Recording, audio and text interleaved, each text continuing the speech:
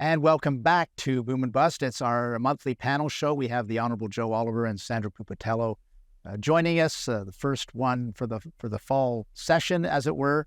Lots to talk about and lots to talk about in the future as well. But Sandra, let's talk about what you mentioned near the end of the last segment, this brewing trade battle between China and Canada. Canada launching these 100% tariffs on Chinese electric vehicles, and then some sort of retaliatory measure by the Chinese. Take us into that a little bit, what's going on.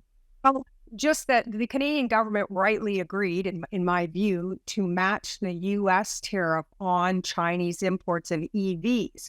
And that's simply because they are so undercutting the market. And we know that those companies that are building those cars are, in fact, state-backed companies. So it's really an unfair advantage in that they would come in and pretty much wipe us out. And we don't have the same benefit with our car companies that they do in China.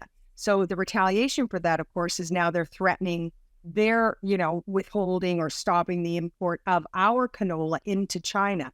And right now they're only talking about, they haven't launched it at this point, but we probably expected that there was going to be some kind of a retaliation for the tariff. What's interesting is that once again, the Americans did it first, and there was zero retaliation by China against the U.S. Canada does exactly the same thing. And of course, they want to clobber us with their club. And it was pointed out to me that the BYD vehicle, just by way of example, it's one of their largest EV producers in China.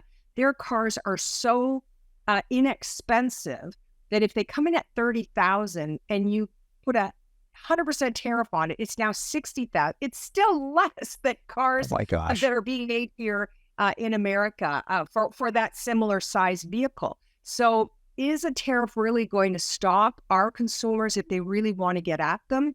And I think that if we're really trying to stop them, there are other ways to do it. And, a few things that South Korea, for example, did with Hyundai. They managed to shut out every other car maker out of their marketplace regulatorily, not through tariffs. And it was always clever, and we were always trying to get around them because we want into their market. Sure. But they did it, and they didn't use tariffs. So it's kind of interesting that we may want to consider that there are other ways to get at what really is the fundamental issue.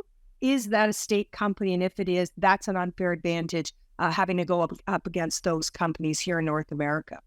Joe, I'm going to ask you something a little bit different. We've got about 2 minutes left here, but this is just, as Sandra has explained, the original tariff was as a response to the U.S. tariff on Chinese electric vehicles. Are we, now we're really robustly into the U.S. election cycle right now. Is this the tail that's going to wag the Canadian dog for the next 2 or 3 months?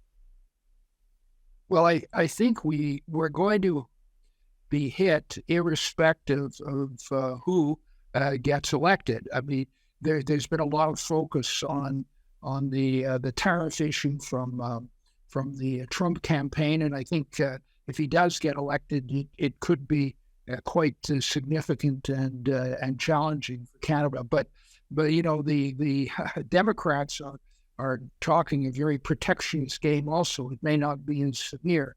So we're going to have some significant pressures in that regard. Trump will put more pressure on our defense spending. If Kamala Harris wins, we're going to have to meet some of the green energy subsidies that they put in, through the so-called Inflation Reduction Act.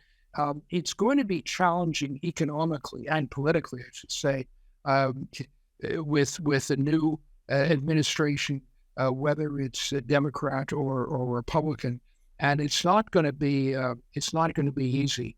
The sort of special relationship only goes so far, and these kinds of things have changed, and I think everyone can sort of feel it. And we're really going to have to stand on our own more and be more competitive and strong. And there's no simple answer to that. I mean, it's not as if there are other countries in the world that we can align with and get a better deal from. We're going to have to leave it at that, my very honored guests, but it's great to have you back, and we're really looking forward to continuing this conversation next month. Thanks for being here today. Thank you. Thanks. Another interesting discussion with our panel guests. I hope you enjoyed watching, and we'll have them back next month for sure. Thanks for watching today.